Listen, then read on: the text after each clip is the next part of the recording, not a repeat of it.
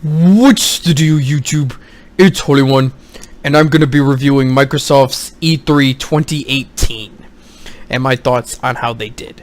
So, I'm going to keep this simple. I'm just going to go over the highlights that I thought were interesting and keep it short and sweet from the stuff that I really didn't care about. So, let's go over the stuff that that they started off with. So, they started off with a new Halo game, Halo Infinity, which was a CGI trailer. They showed no gameplay, so I guess we're not getting a Halo 6 anytime soon from the conference. So I'm definitely looking forward to that. It looks like they probably want to go back to the roots due to the negative stigma Halo 5 had with how bad its single player was for hardcore fans. I'm not going to spoil that for you. They also showed some multiplats, Shadow of the Tomb Raider, which looked pretty cool. Of course, there's a lot of DLC for that. Another multiplat I thought was interesting. They showed Shadows Die Twice, which is From Software's new Ninja game. Another multiplat. It looks like a cross between Bloodborne and Neo, which I am a fan of both series. They also showed some indie games. Their new indie was Ori and the Will of the Wisps, which everyone knew that was coming for a while now. That game looked really good. I played the first Ori and I really enjoyed that, so hopefully this one will live up to what the original was as well. Devil May Cry 5 was shown. I know that was coming, but I didn't know it was going to be an actual Devil May Cry 5. I thought it was going to be another spin-off, but they're bringing Nero back with Dante. That game looks epic. I've been waiting like 10 years for this game, so the director came out himself and was like, hey, here's this game for you, the fans. For another multiplat that interested me was Tales of Vesperia. It's basically a remastered of a Tales game that was on the original 360, but it didn't have all the content. This one will include all the Japanese content, so I'm definitely looking forward to that. Obviously on PC, of course. They also announced Metro. They showed gameplay for Metro Exodus. I'm super hyped for that game. I really enjoyed Metro Last Light and Metro 2033. What other multiplats did they show? I think that's it for the multiplats that interest me. I know they showed other games like, you know, Cyberpunk 77. They finished the show off with that.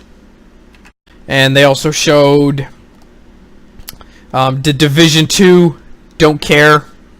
So yeah, those are the multiplats that pretty much they showed that were interesting. Now before we get to the exclusive, let's go and see what services they have announced for Xbox One X and whatever. They announced, you know, new 4K assets. They announced more games for. They announced new games. Fallout 676. I'm still mad about that, but they announced that on stage, and after that, they announced Fallout 4 was coming to Game Pass, along with, you know, other old ass games. So, hey, $10 to play old ass games. If you just got an Xbox One, it's great value. If not, then yeah, you can get these games for like $5 on PC. But over than that, Game Pass looks good. They said they're going to allow you to start your games quicker, so you know when you go on the home screen, you can click start to a game and it launches. Apparently that's going to be able to be done quicker now. This isn't loading screens or anything, this is just you clicking a button on your home screen, which I don't know why that's relevant to E3, but okay. So yeah, other than that, they didn't show Minecraft, thank God. I've had enough of Minecraft at E3. They showed a little Fox indie game I was interested in. Alright, when it comes to exclusives, it was very minimalistic. They announced, you know, Halo, Forza, Halo, Gears, and Forza, the usual. They showed Forza Horizon 4. Not my type of game, but looks good. They also announced a Gears mobile game, which made me scratch my head going, what? Bobblehead Gears characters? And, yes, they announced a Gears of War game exclusive to PC. It's going to be a Gears of War RTS. But it's going to have gameplay like, what's that game? Yeah, it's going to have gameplay like Mario Rabbids and all that sort of thing. And then, of course, they announced Gears of War 5, which is also coming to PC, so that's a PC and Xbox One game. It's basically, I don't know why Marcus looks younger. It's taking place in an icy region now. You're fighting new locusts. The graphics look pretty good, obviously. It's Gears of War. Gears of War has pretty graphics, so I'll definitely max that out on my 1080 Ti and see how it looks when it comes out next year. So that's definitely something I'm looking forward to. You're playing as the me female character from the last game. She's right here, of course. Of course, they announced Cuphead DLC for next year, which they're adding a new character, new bosses, so that's definitely going to be awesome. I can't wait to painfully hurt myself dying a couple times in that game. So yeah, Cuphead will definitely be awesome.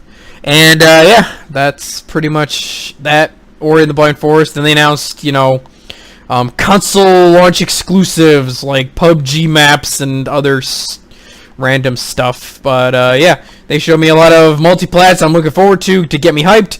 And they showed me like 2 exclusives that 2 or 3 exclusives I'm interested in. So they didn't show any new exclusives at all. So, which is to be expected from Microsoft. Overall, the conference I'd give an 8 out of 10. I'd give it a higher score if they actually showed new exclusives, but they didn't. It's just Halo, Gears, and Forza and some indie games. But yeah, the conference was average. I think it was better than last year's terrible conference. So yeah, this is probably Microsoft's best conference they've had in a long time. The fact that they announced that they have 5 game studios they purchased that'll be making games for them, probably not till the next Xbox. But I don't need to buy new Xbox hardware to play those games anyway, so I'll be looking forward to what Ninja Theory and Playground Games and those other studios they bought will be making. So yeah, their new studio initiative didn't show any new games, so I highly doubt they have anything good yet. So those are my thoughts on the Xbox E3 conference, guys. I'm going to leave you with a little clip of what Sony fanboys are doing right now after they saw the conference. This is your boy Holy One. Out! I got it written down, Ori trash. I don't even remember which one it was. I'm pretty pumped for that game. Full functional Ori. Controller right here, ladies and gentlemen. you know, Xbox. This is becoming a yearly thing.